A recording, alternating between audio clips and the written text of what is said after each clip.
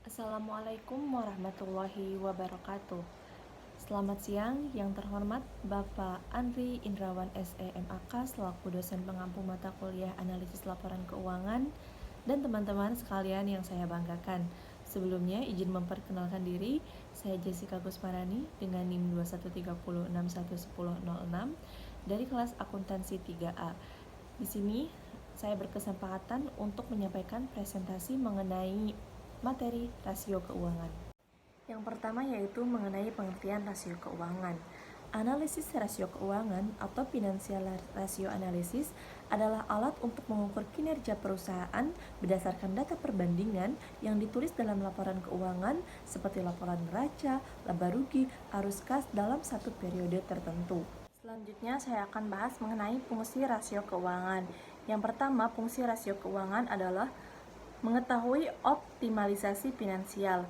Optimalisasi finansial atau keuangan adalah sebuah analisis rasio keuangan agar mampu mengetahui cara pemanfaatan finansial dengan lebih optimal dan jelas. Hal ini mampu menunjukkan pula potensi adanya kecurangan atau informasi tidak akurat pada laporan keuangan. Dengan begitu, penggunaan keuangan yang efisien pada bisnis itu dapat diwujudkan.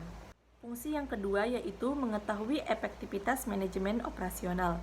Cakupan dari manajemen operasional ini antara lain penggunaan biaya serta efektivitas dari pemanfaatan finansial untuk aktivitas operasional bisnis perusahaan. Oleh karenanya, dengan mengacu pada rasio keuangan, perusahaan mampu mengetahui seberapa efektif dan efisien kinerja dari manajemen operasional ketika menggunakan biaya untuk aktivitas operasional perusahaan. Yang ketiga, memastikan penggunaan aktiva telah optimal. Aktiva adalah hal yang tak kalah penting untuk dipahami dan dievaluasi guna memastikan pemanfaatan keuangan telah optimal. Jumlah aktiva yang dimiliki perusahaan mampu menjadi bahan pertimbangan dalam mengambil kebijakan. Tanpa fungsi rasio keuangan, optimalisasi penggunaan aktiva tidak akan bisa diketahui secara akurat.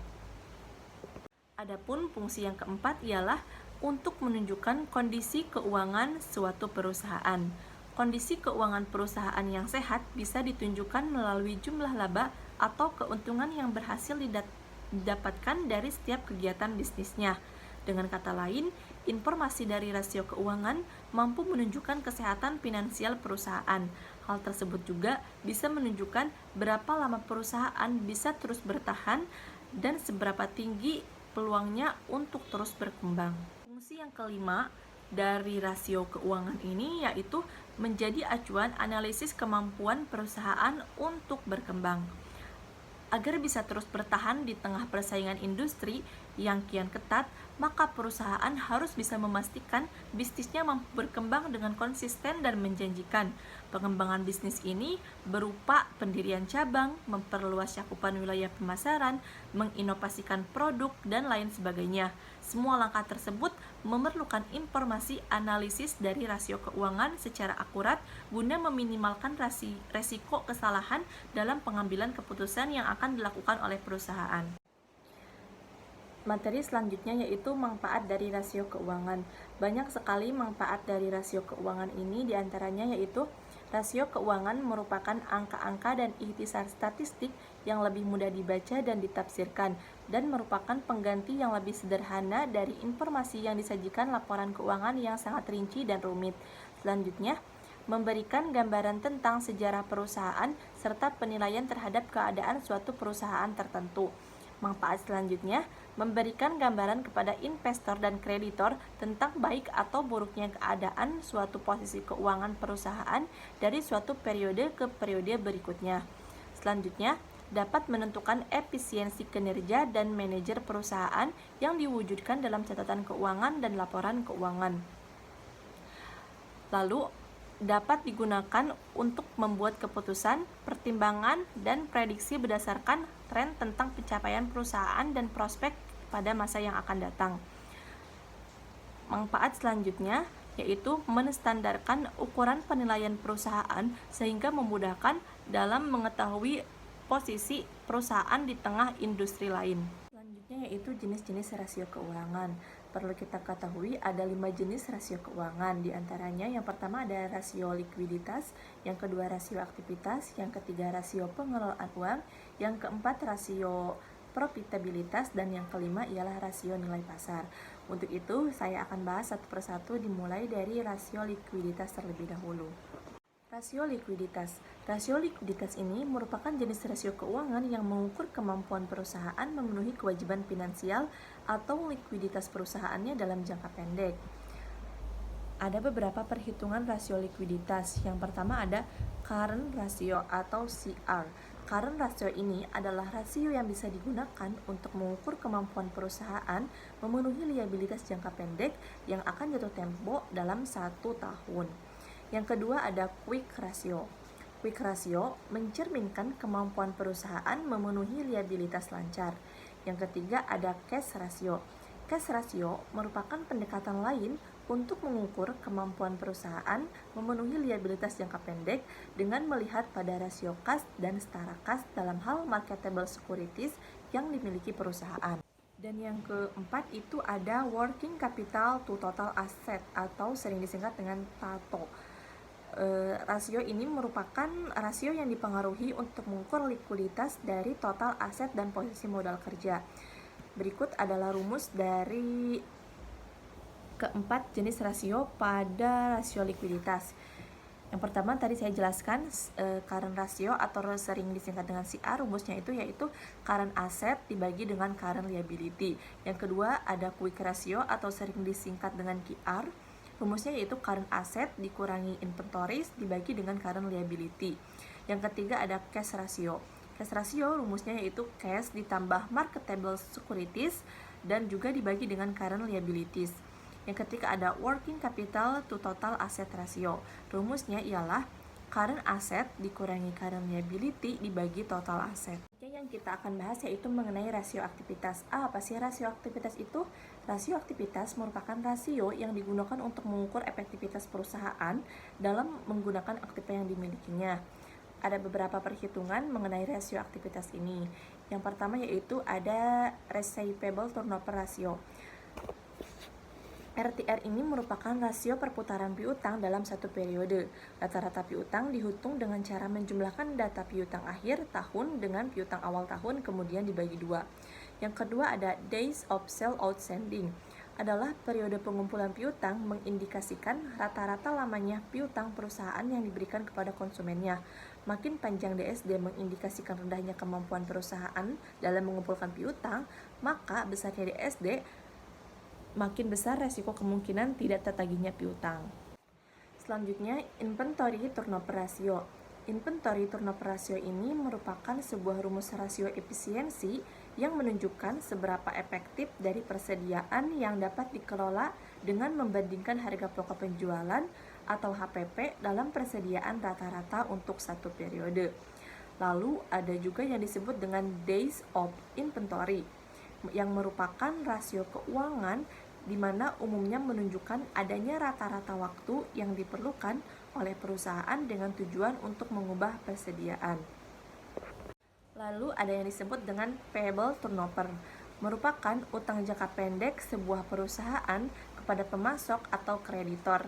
Efisiensi perusahaan dalam membayar utang jangka pendek ini tergambar dalam perputaran utang usaha. Dalam rasio aktivitas juga ada perhitungan mengenai average payment period yang merupakan waktu rata-rata yang dibutuhkan perusahaan untuk membayar utang usaha. Ada juga perhitungan mengenai total asset turnover ratio. Adalah rasio yang mengindikasikan efektivitas suatu perusahaan dalam mengelola asetnya untuk menghasilkan pendapatan. Rasio total ini merupakan parameter penting dalam investasi untuk menganalisis aspek keuangan. Berikut rumus mengenai perhitungan rasio aktivitas. Yang pertama ada receivable turnover ratio dengan rumus penjualan dibagi dengan rata-rata piutang. Yang kedua ada days of sale outstanding dengan rumus 365 dibagi dengan receivable turnover. 365 itu merupakan hari dalam 1 tahun.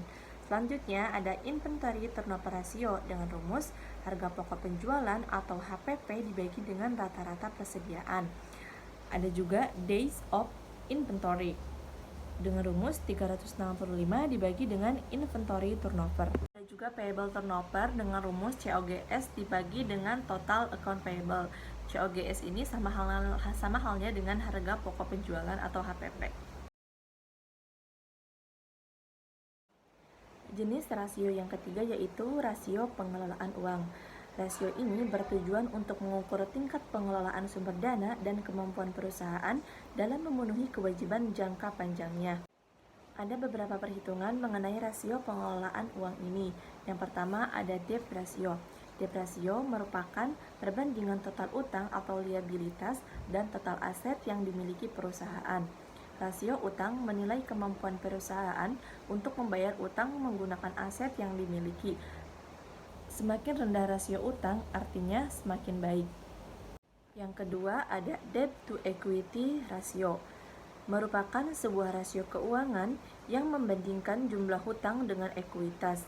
Debt to equity ratio akan mempengaruhi kinerja perusahaan dan menyebabkan apresiasi harga saham. DER atau debt to equity ratio yang terlalu tinggi mempunyai dampak buruk terhadap kinerja perusahaan karena tingkat utang yang semakin tinggi menandakan beban bunga perusahaan akan semakin besar dan akan mengurangi keuntungan atau gain. Selanjutnya ada long term debt to equity yang merupakan rasio digunakan untuk mengukur tingkat kewajiban jangka panjang dibandingkan dengan total modal. Tujuannya adalah untuk mengukur berapa banyak modal sendiri yang dijadikan jaminan utang jangka panjang. Salah satu manfaat dari LTDE atau Long Term Debt to Equity ini adalah untuk mengetahui nominal hutang jangka panjang perusahaan dan modal yang sudah dikeluarkan. Lalu ada time interest earned ratio yang merupakan gambaran kemampuan perusahaan dalam kesanggupan untuk menyelesaikan beban bunga yang dimiliki dengan menggunakan perbandingan laba sebelum bunga dan pajak dengan beban bunga. Selanjutnya ada debt service coverage ratio. Debt service coverage ratio ini adalah pengukuran arus kas perusahaan yang tersedia untuk membayar kewajiban hutang saat ini. DSCR atau Debt Service Coverage Ratio menunjukkan kepada investor apakah perusahaan memiliki pendapatan yang cukup atau tidaknya untuk membayar hutang. Selanjutnya ada Solvency Ratio yang merupakan rasio untuk membandingkan beban hutang perusahaan secara keseluruhan terhadap aset atau ekuitasnya. Rasio ini memaparkan jumlah aset perusahaan yang dimiliki pemegang saham dibandingkan dengan aset yang dimiliki oleh kreditor atau oleh pemberi utang. Berikut rumus-rumus mengenai perhitungan pengelolaan uang. Yang pertama ada debt ratio atau DR dengan rumus total debit dibagi dengan total aset. Yang kedua ada debt to equity ratio atau DER dengan rumus total debt dikurangi total equity. Yang selanjutnya ada long term debt to equity atau LTDE dengan rumus total long term debt dibagi dengan total equity. Selanjutnya ada time interest earned ratio atau TIER dengan rumus EBIT dibagi dengan interest expense. Selanjutnya debt service coverage ratio dengan rumus net operating income dibagi dengan total debt ratio. Lalu ada solvency ratio atau SR dengan rumus EAT ditambah depreciation dibagi dengan long term liabilities ditambah dengan short term liabilities. Selanjutnya yaitu rasio profitabilitas. Rasio profitabilitas atau profitability ratio ini adalah rasio atau perbandingan untuk mengetahui kemampuan perusahaan untuk mendapatkan laba atau profit dari pendapatan atau earning terkait penjualan, aset, dan ekuitas berdasarkan dasar pengukuran tertentu. Ada beberapa perhitungan mengenai rasio profitabilitas ini. Yang pertama ada gross profit margin. Gross profit margin ini adalah margin laba kotor yang digunakan untuk menganalisa kesehatan keuangan perusahaan dengan menghitung jumlah uang yang tersisa dari penjualan produk setelah dikurangi harga pokok penjualan atau HPP. Gross profit margin sering dinyatakan sebagai persentase penjualan. perusahaan yang memiliki gross profit margin yang tinggi lebih dari 0,75 atau sekitar 75% menunjukkan bahwa perusahaan tersebut mampu untuk menjalankan produksinya secara efisien karena harga pokok penjualan relatif lebih rendah. Semakin tinggi margin laba kotornya, maka semakin baik keadaan operasi perusahaannya. Lalu ada operating margin. Operating margin adalah penilaian kemampuan perusahaan dalam hal meningkatkan laba sebelum bunga dan juga pajak dibandingkan dengan penjualan yang sudah dilakukan oleh perusahaan. Bila suatu perusahaan memiliki besaran persentase margin laba bersih atau net profit margin atau NPM lebih dari 10%, maka perusahaan tersebut sudah dianggap baik. Selanjutnya ada net profit margin. Net profit margin ini merupakan sebuah rasio yang menghitung kemampuan bisnis dalam mengkonversi penjualan menjadi laba. Proses ini menjadi sangat penting karena penjualan yang besar belum tentu dapat menghasilkan keuntungan. Bila suatu perusahaan memiliki besaran persentase margin laba sekitar 10%, maka perusahaan tersebut sudah dianggap baik. Selanjutnya ada ROE atau Return on Equity. ROE ini merupakan imbal hasil yang dicetak perusahaan untuk pemegang saham. ROE atau Return on Equity ditentukan oleh kemampuan perusahaan menghasilkan profitabilitas atau margin keuntungan, produktivitas aset untuk menghasilkan pendapatan, serta pengelolaan penggunaan utang secara optimal oleh perusahaan. Selanjutnya ada Return on Asset atau lebih dikenal dengan singkatan ROA, adalah rasio keuangan yang digunakan untuk alat analisis mengukur kinerja bentuk manajemen perusahaan dalam mendapatkan laba menyeluruh. Semakin tinggi nilai sebuah ROA pada suatu perusahaan, artinya semakin baik secara efektif pula perusahaan dalam menggunakan aset tersebut. Adapun rumus perhitungan mengenai rasio profitabilitas yang pertama yaitu gross profit margin atau disingkat dengan GPM. Rumusnya yaitu gross profit dibagi dengan revenue.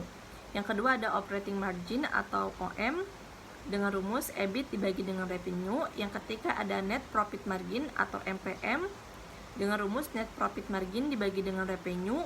Yang ketiga ada return on equity atau ROE dengan rumus net income dibagi dengan total equity. Selanjutnya ada return on asset dengan rumus net income dibagi dengan total aset. Jenis rasio keuangan yang kelima ialah ada rasio nilai pasar. Rasio nilai pasar adalah rasio yang memperhitungkan harga saham dengan laba, nilai buku per saham hingga arus kas. Sedangkan menurut Fahmi, rasio nilai pasar digunakan untuk menilai kondisi pasar saham pada periode tertentu. Ada beberapa perhitungan mengenai rasio nilai pasar ini. Yang pertama ada earning per share atau EPS adalah laba bersih perusahaan dibagi jumlah saham beredar, tidak termasuk dengan saham treasury atau treasury stock. Laba bersih per saham mencerminkan bagian laba bersih untuk pemegang satu lembar saham suatu perusahaan. Apabila EPS perusahaan tinggi, akan semakin banyak investor yang ingin membeli saham tersebut sehingga menyebabkan harga saham akan tinggi. Maka tinggi nilai EPS ini semakin besar laba yang akan disediakan untuk para pemegang saham. Yang kedua ada dividend payout ratio atau sering disingkat dengan DPR. Merupakan rasio persentase pendapatan yang diperoleh perusahaan dalam membayar dividen kepada para pemilik atau pemegang saham. DPR atau dividend payout ratio bisa digunakan untuk mengukur seberapa banyak keuntungan yang didapat oleh investor perusahaan. Selanjutnya ada price to earning ratio. Merupakan rasio yang digunakan untuk menilai mahal murahnya saham berdasarkan kemampuan perusahaan menghasilkan laba bersihnya. Jika nilai PER ideal mulai dari 20 sampai 25 kali lipat penghasilan, namun nilai tersebut harus disesuaikan dengan sektor usaha yang dioperasikan. Selanjutnya ada price to book value ratio. Merupakan rasio yang digunakan untuk membandingkan harga saham terhadap nilai buku perusahaan. Rasio price to book value yang lebih kecil dari 1 dapat mengindikasikan saham perusahaan adalah murah karena masih lebih rendah dari nilai buku. Selanjutnya ada price or sales ratio. disebut sebagai rasio harga terhadap penjualan, yang merupakan rasio valuasi yang dihitung dengan perbandingan antara harga saham dengan penjualan per tahun. Lalu ada price to earning ratio to growth, adalah metrik penilaian untuk menentukan trade-off relatif antara harga saham, pendapatan yang dihasilkan per saham, dan pertumbuhan yang diharapkan perusahaan. Bila PER lebih kecil dari tingkat pertumbuhan yang diharapkan, maka saham tersebut dikatakan undervalue. Berikut rumus perhitungan nilai pasar. Yang pertama ada earning per share atau EPS dengan rumus net income dibagi dengan jumlah saham biasa. Lalu ada dividend payout ratio atau DPR dengan rumus dividen dibagi dengan net income. Lalu ada price to earning atau PER dengan rumus share price dibagi earning per share. Lalu ada price to book value ratio atau PBV dengan rumus harga saham per lembar dibagi dengan nilai buku ekuitas per lembar. Lalu ada price all sell ratio dengan rumus harga saham dikali dengan jumlah saham beredar. Selanjutnya ada price earning ratio to growth atau PEG ratio dengan rumus PER dibagi dengan tingkat pertumbuhan yang diharapkan. Sekian presentasi mengenai materi rasio keuangan yang dapat saya sampaikan. Jika ada kekurangannya mohon dimaafkan. Terima kasih. Wabillahi taufiq wal hidayah. Wassalamualaikum warahmatullahi wabarakatuh.